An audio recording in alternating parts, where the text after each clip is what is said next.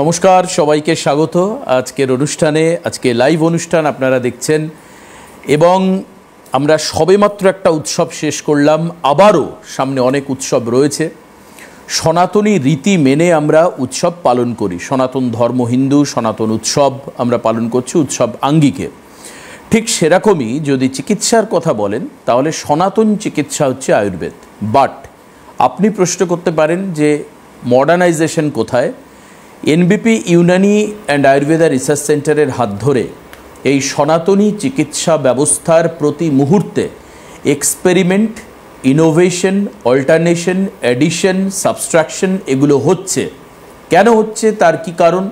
তার কারণ হচ্ছে কোনো একটা চিকিৎসাকে বর্তমানে রোগের ধাঁচ ধরন বদলাচ্ছে, যাতে যেগুলো মানুষের ক্রনিক প্রবলেম, দীর্ঘদিন ধরে মানুষ ভুগছেন, দীর্ঘদিন ধরে অনেকের কাছে গেছেন, অনেক চিকিৎসা করিয়েছেন, হচ্ছে না, তাকে বর্তমান যুগের উপযোগী করে চিকিৎসা দেওয়া। আই রিপিট এগেইন, বর্তমানের রোগের সমতুল্য চিকিৎসা, তার প্রোটেকশন, এটা যার হাত ধরে হচ্ছে। শুধু আয়ুর্বেদ নয়, শুধু আয়ুর্বেদ বলে একটা ব্যানার, আয়ুর্বেদ বলে একটা প্রোগ্রাম, আয়ুর্বেদ বলে একজনকে পরিচয় দেওয়া নয়। এনবিপি Unani and Ayurveda research centre, short form এনবিপি, is trying to reconsider the Ayurveda. আবার আয়ুর্বেদকে পুনরায় ভাবতে হচ্ছে, আয়ুর্বেদিক শাস্ত্রকে নতুন করে মানুষের কাছে নিয়ে আসার চেষ্টা করা হচ্ছে। সেটাই হচ্ছে এনবিপি ইউনানি। সেই কারণের জন্যই তাদের ট্রিটমেন্ট এত প্রিসাইজ, এত অ্যাকিউরেট, এত প্রমিনেন্ট, এবং that is of the people, for the people and by the people, to the people. মানুষের জন্য হচ্ছে চিকিৎসা। আজকে ডিরেক্টর স্যার আজকে আমার এই অনুষ্ঠানে রয়েছেন। যেহেতু পুজোর পর স্যারের সঙ্গে দেখা হলো, কালকেও লাইভ হয়েছে, আপনার ইউটিউব থেকে অনুষ্ঠানটা দেখবেন। স্যার আপনাদের সবাইকে শুভেচ্ছা জানালেও আমার তরফ থেকে বিজয়ের শুভেচ্ছা স্যারকে জানানো হয়নি, তাই আজকে বিজয়ের শুভেচ্ছা জানাচ্ছি স্যারকে, স্যারের পরিবার এবং এনবিপি পরিবারকে। That because it is a United team and the team has been working for the mankind. মানুষের জন্য কাজ করছে। তো সেই স্বার্থে, সেই জায়গায় দাঁড়িয়ে আমার তরফ থেকে শুভেচ্ছা থাকলো। স্যারের পুজো আশা করি ভালো কেটেছে, নানানভাবে কেটেছে বাই দ্য ওয়ে, মানে বিভিন্ন দেশ ভ্রমণ করে। আমার যেটা ভালো লাগলো যে স্যার সাউথ ইন্ডিয়াতে গেছেন এবং সেখানে গিয়ে বেশ কিছু মিটিং আপনি করেছেন, যেখানে আয়ুর্বেদের আরও বেশি ডেভেলপমেন্টকে নিয়ে আলোচনা করা হয়েছে। মানে আরও কী করে আয়ুর্বেদকে কাজে লাগে। কারণ কেন আমি বলছি, কারণ সাউথ ইন্ডিয়া মানুষ জানেন যে এটা একটা আয়ুর্বেদের পীঠস্থান, অনেকে বলতেন। কিন্তু আপনি আমাকে বললেন কিছুক্ষণ আগে যে যাতে কলকাতাতে মানুষ কেন দক্ষিণের ছুটে যাবে, যাতে কলকাতায় এই ট্রিটমেন্টকে ইমপ্লিমেন্ট করা যায়, তাকে যাতে কাজে লাগানো যায়, তার একটা প্ল্যান করা। এই সব কিছুর জন্য আপনাকে থ্যাংক ইউ। না, আমি যে ট্রিপটা এখন করে আসলাম, যেটা হচ্ছে তামিলনাড়ু অ্যান্ড অন্ধ্রপ্রদেশে, লাস্ট আমি 1 উইক ছিলাম। 1 উইকের মধ্যে আমি অনেক রকম তীর্থস্থানেও গেলাম, তার সাথে সাথে আমাদের অনেক রকম মিটিং হয়েছে সোশ্যাল সাইটের মধ্যে। আপনি দেখতে পাবেন আমি অন্য পোশাকের মধ্যেও ছিলাম। হ্যাঁ, তো সেটা ভালো লাগছিল। Thank you. তো এই যে পোশাক, হ্যাঁ এক্স্যাক্টলি। আর তার সাথে সাথে আমি ওখানকার কিছু পলিটিক্স লিডারের সঙ্গেও মিটিং ছিল আমাদের। তো আমি বলেছিলাম কি আমি কলকাতা যাওয়ার পর এই ট্র্যাডিশনকে নিয়ে রাখবো, কিন্তু চেষ্টা করে আমি 2-3 দিন হয়তো ছিলাম সেই ট্র্যাডিশনে। যাই হোক, সিটি ইভেন্টে বসতে পারলাম না। আর যেটা হচ্ছে কি প্ল্যানিংটা যে করা হলো, সেটা হচ্ছে কি এখন দেখবেন সাউথে যারা কোম্পানিরা রয়েছে, মানে আয়ুর্বেদ যে কোম্পানিরা রয়েছে, তারা কিন্তু মানুষরা একটা ট্রাস্ট করে। কেন কি সাউথে দেখবেন চিট কম হয়, পাবলিকের সঙ্গে না ফ্রড কম হয়, স্ক্যাম কম হয়। তো এই কারণের জন্যে আমরা যে সাউথে যে প্ল্যানিংটা আমি করলাম, তাতে আমার সঙ্গে অনেক রকম লিডার পলিটিক্সে মিটিং হলো। সেখানে তারা কিন্তু অনেক রকম সাপোর্টিং করেছে, যেটা আমার বিপিটি ওয়েলনেস কোম্পানি, যে আমার নিজস্ব যে আয়ুর্বেদ কোম্পানি রয়েছে, তাকে আমি আরও বড় করতে পারি, যাতে আমি সাউথের মধ্যেও আমার মালটা সাপ্লাই হতে পারে, সাউথে আমাদের এনবিপি ব্রাঞ্চটা হতে পারে। তার জন্যে আমি কিছু মিটিং করলাম, সেই মিটিংটা সাকসেস হলো। আর দেখি আগামী যদি 3 থেকে 6 মাসের মধ্যে আমি কোম্পানিকে আরও যদি বড় করতে পারি, তো এটা হবে কি এখন আমরা কি করতাম, সাউথে কোম্পানিকে আমরা ওয়েস্ট বেঙ্গলের মধ্যে নিয়ে এসে আমরা বিজনেসটা করতাম।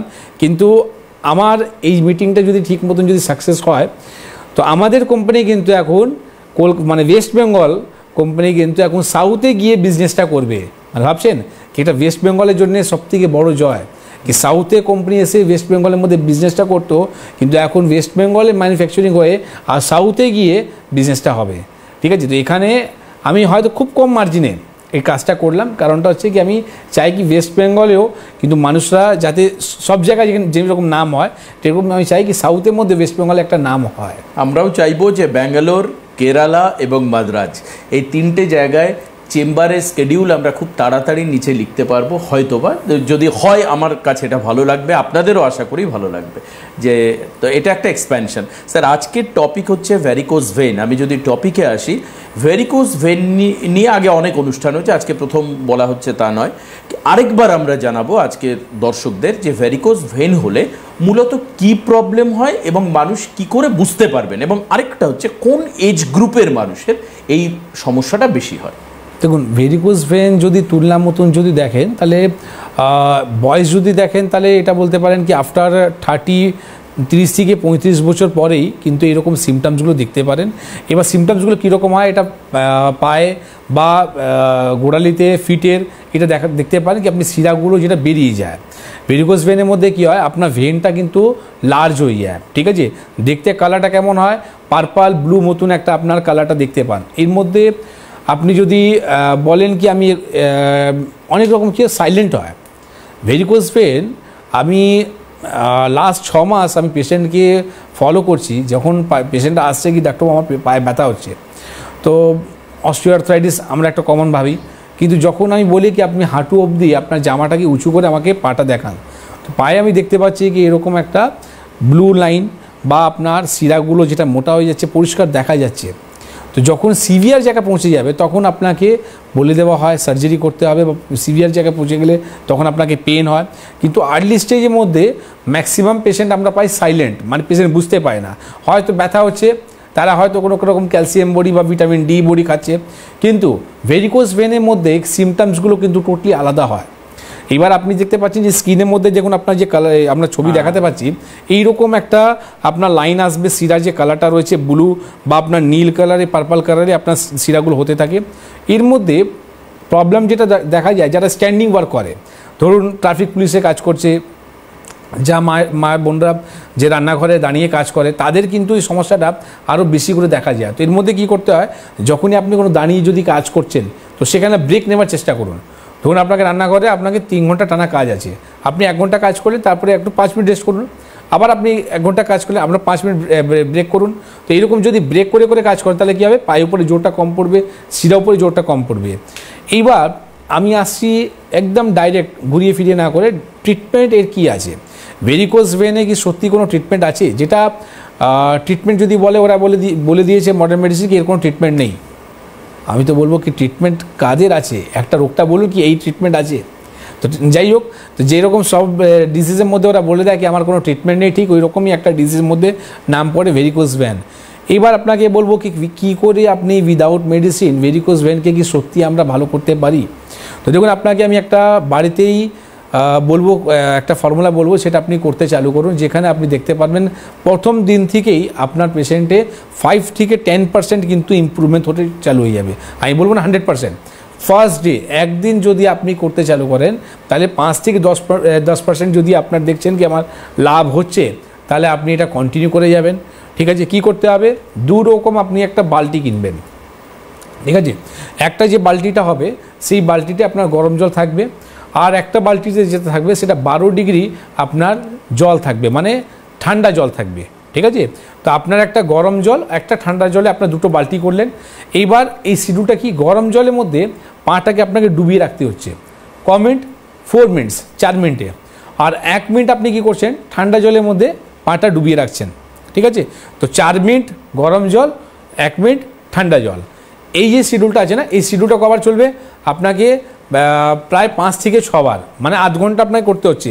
তো যদি 4 আর 1 5 মিনিট হলো, তো 5 মিনিট অনুযায়ী যদি আমি করি তো 6 5 30, মানে 6 বার আপনার রাউন্ড যাবে। এবার 6 বার যদি না হয় 5 বার আপনি করুন।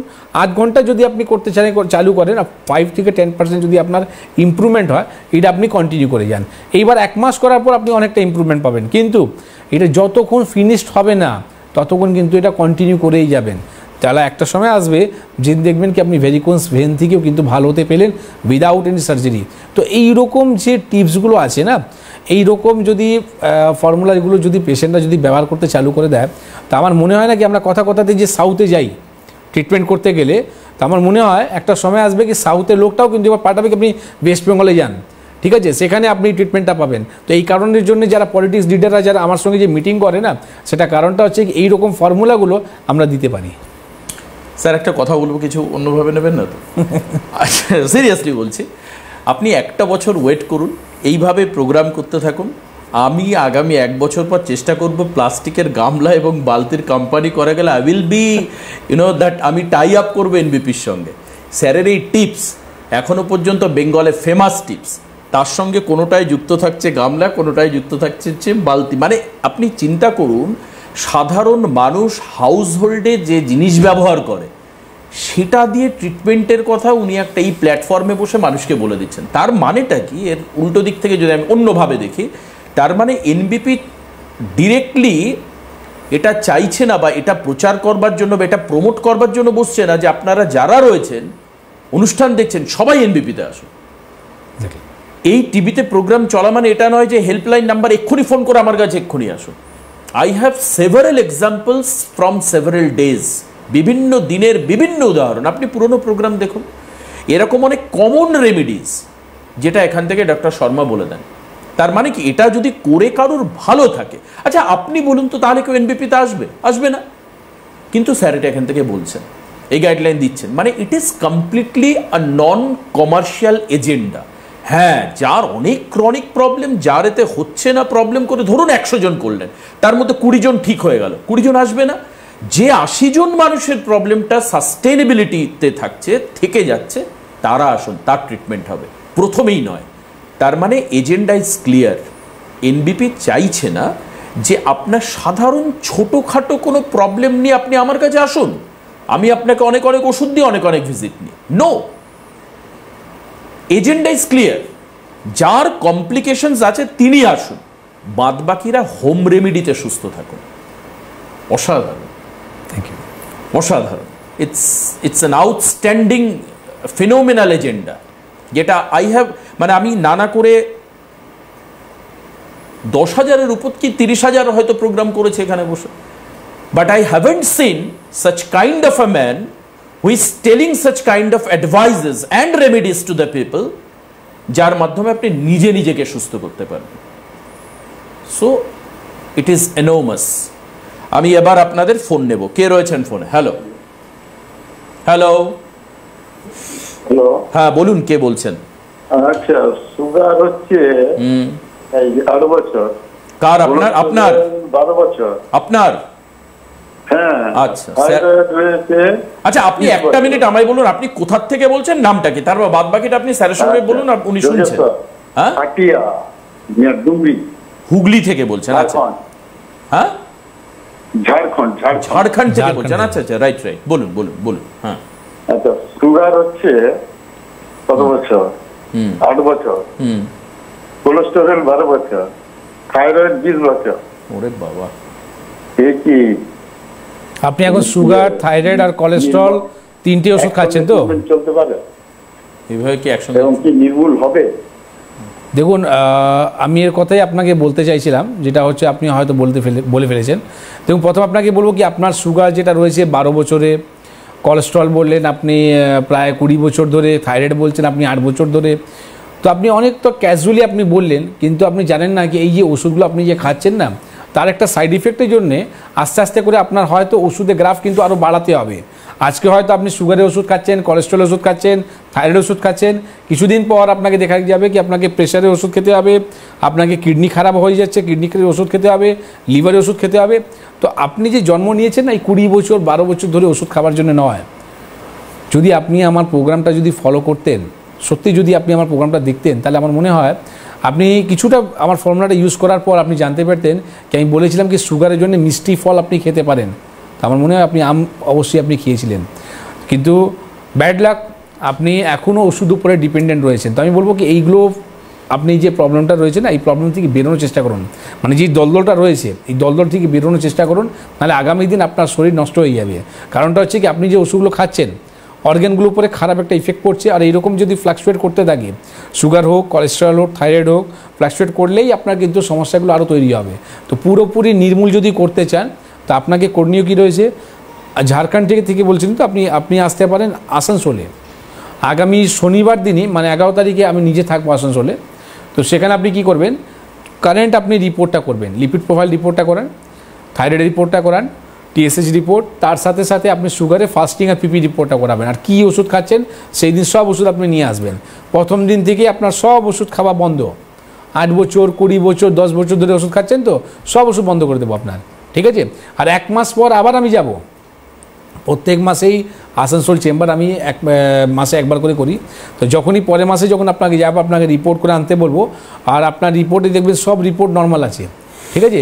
আর সেখানেই আপনার থেকে আমি বাইট নেব, ঠিক আছে? আর আপনার প্রোগ্রামটাই আমি টিভিতে আবার দেখাবো কি দেখুন এইরকম পেশেন্ট যারা 20 বছর 8 বছর 10 বছর ধরে যে ওষুধগুলো খাচ্ছিল, আর তারা একটাই প্রশ্ন ছিল কি আমি কি এই সমস্যা থেকে বেরোতে পারবো?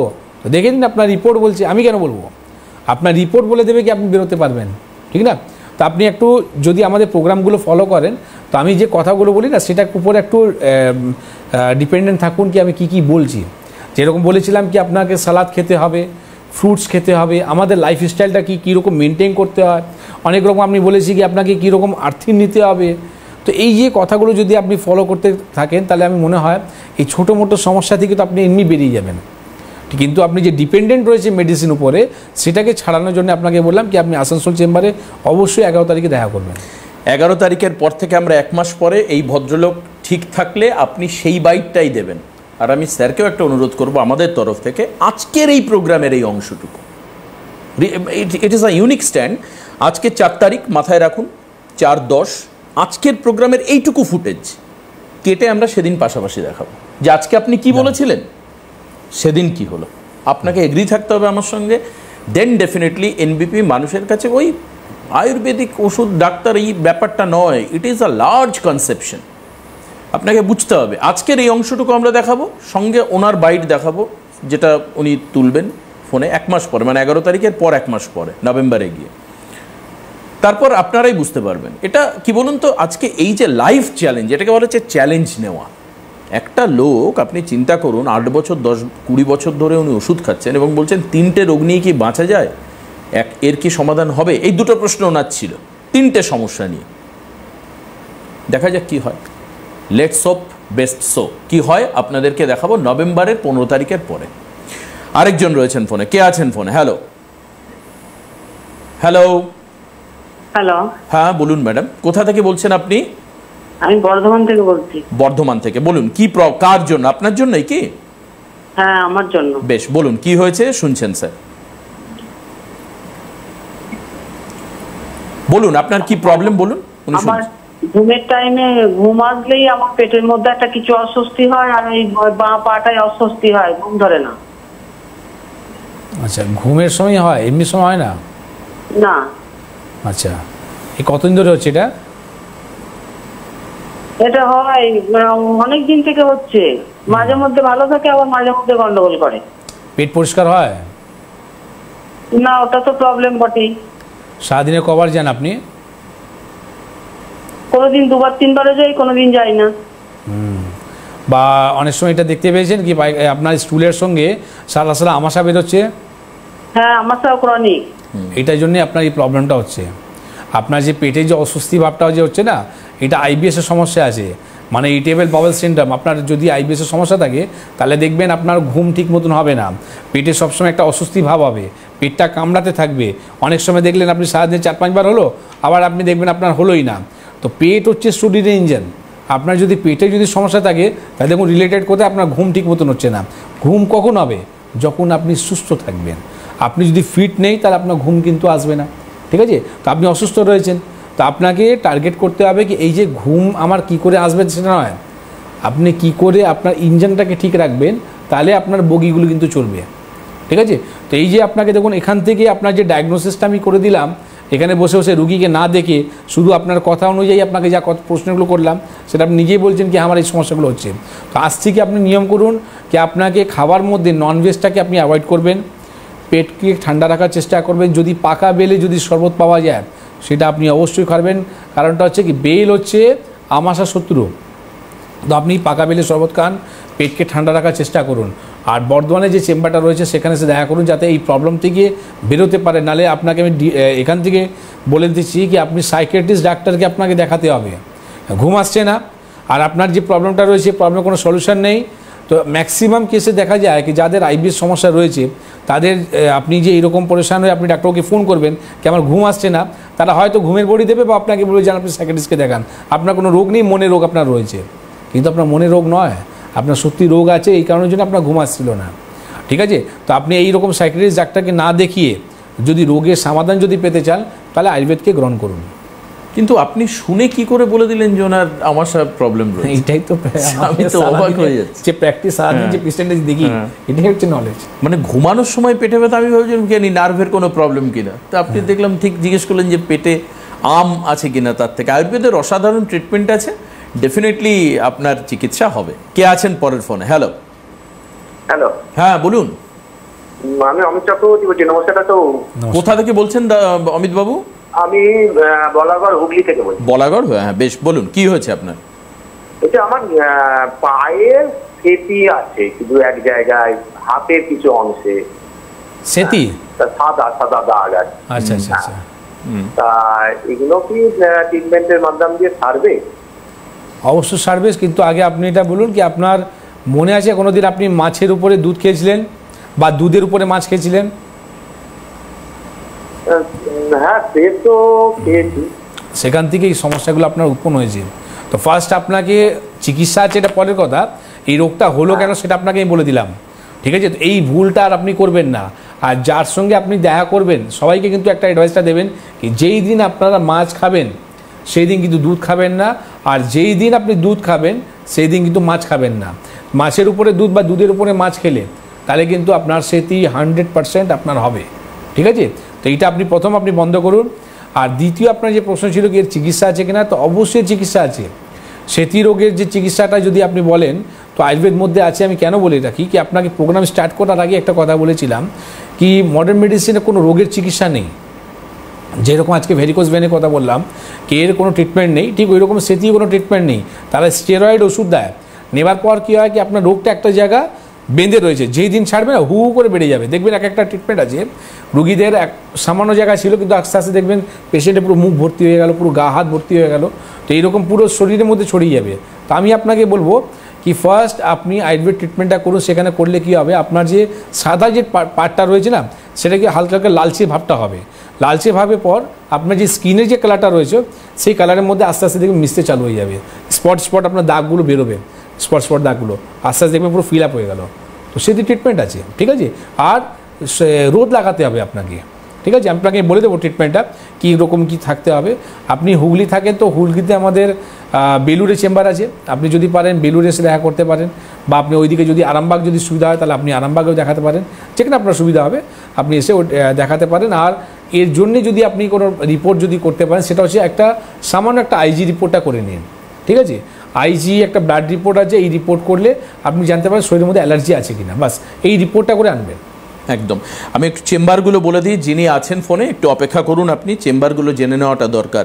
7 তারিখে এই মাসের হেড়িয়াতে চেম্বার রয়েছে, হেড়িয়াতে ডক্টর এ হালদার থাকবেন। মেচেদার চেম্বার হচ্ছে 8 তারিখে, মেচেদার চেম্বারে থাকবেন ডক্টর এন ভট্টাচারিয়ার বনগাঁ চেম্বার রয়েছে 9 তারিখে। 10 তারিখে 3টে চেম্বার রয়েছে এনবিপি ইউনানি আয়ুর্বেদা রিসার্চ সেন্টারের। হলদিয়াতে চেম্বারে থাকবেন ডক্টর শর্মা নিজে, বি শর্মা নিজে। এস ঘোষাল থাকবেন হচ্ছে রায়গঞ্জে, আর ক্যানিংয়ে থাকবেন হচ্ছে আর দে। চলে আসছি আসানসোলের চেম্বার। কিছুক্ষণ আগে আমরা বললাম একটা লাইভ চ্যালেঞ্জ নেওয়া হলো, আসানসোলের চেম্বারও কিন্তু ডক্টর বি শর্মা থাকছেন, যিনি আসানসোল থেকে ফোন করেছিলেন 11 তারিখের জন্য, নাম লেখাতে পারেন আপনি। 11 তারিখে আরও 3টে চেম্বার রয়েছে, এক হচ্ছে বর্ধমানের চেম্বার, বর্ধমান এন ভট্টাচারিয়ার চেম্বার। এস ঘোষাল থাকবেন মালদাতে, আর ঝাড়গ্রামে থাকবেন হচ্ছে doctor A Haldar. Doctor S Khan থাকবেন হচ্ছে কাকদ্বীপে, তারিখটা হচ্ছে 12 তারিখে। 12 তারিখে আরও 4-5টা জায়গায় চেম্বার রয়েছে এনবিপির। 12 তারিখে চেম্বার হচ্ছে শিলচরে থাকবেন এস ভাদুড়ি। এন ভট্টাচারিয়া থাকবেন হচ্ছে দুর্গাপুরে। কোচবিহারে থাকবেন হচ্ছে এস ঘোষাল। এ হালদার থাকবেন হচ্ছে বাঁকুড়াতে, তারিখটা কিন্তু 12 তারিখে আরেকটা চেম্বার রয়েছে বোলপুরে চেম্বারে থাকবেন ডক্টর বি শর্মা নিজে। এ হালদার থাকবেন হচ্ছে পুরুলিয়াতে, তারিখ হচ্ছে 13 তারিখ আরও একটা চেম্বার রয়েছে, সেটা হচ্ছে গঙ্গারামপুরের চেম্বারে থাকবেন ডক্টর এস ঘোষাল। এ হালদার থাকবেন আরামবাগের ডেট হলো হচ্ছে 14 তারিখে, 14-10 অক্টোবরে। 18 তারিখে চেম্বার হচ্ছে 3টে জায়গায় রয়েছে, এক হচ্ছে খড়গপুর, শিলিগুড়ি এবং বহরমপুর। খড়গপুরে থাকবেন এন ভট্টাচার্য, শিলিগুড়িতে থাকবেন হচ্ছে এস ঘোষাল, ডক্টর শর্মা নিজে থাকবেন হচ্ছে বহরমপুরে। অন্যদিকে চেম্বার পরে হচ্ছে 19 তারিখে 3টে জায়গায় রয়েছে। 19 তারিখ কোথায়? গুয়াহাটি, আগরতলা এবং কৃষ্ণনগর। গুয়াহাটিতে চেম্বার থাকবেন এস ঘোষাল, এন ভট্টাচার্য থাকবেন আগরতলাতে, কৃষ্ণনগরে থাকবেন হচ্ছে ডক্টর বি শর্মা নিজে।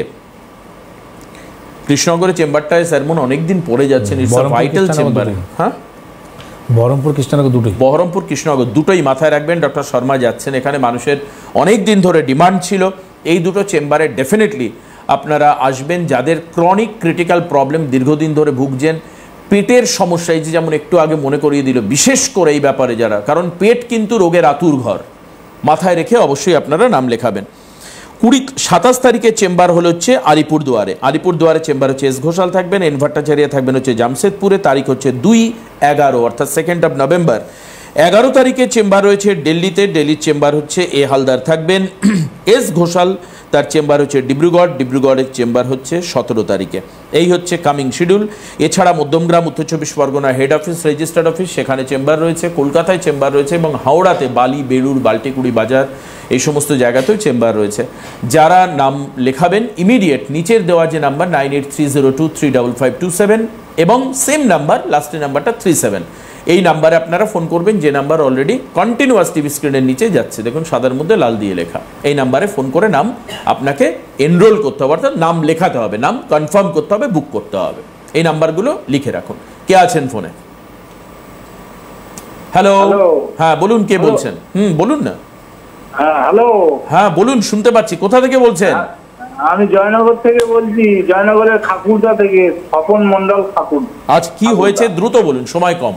হ্যাঁ, আমার হয়েছে সকালে ঘুম থেকে উঠলে পায়ের গোড়ালিতে ব্যথা হয়, আর একটু হাঁটলে আবার কমে যায়, আবার দুপুরে ঘুম থেকে উঠলে পায়ের গোড়ালিতে ব্যথা হয়, একটু হাঁটলে কমে যায়, আর পায়ের পাতাতে বিকালের দিকে জ্বালা করে।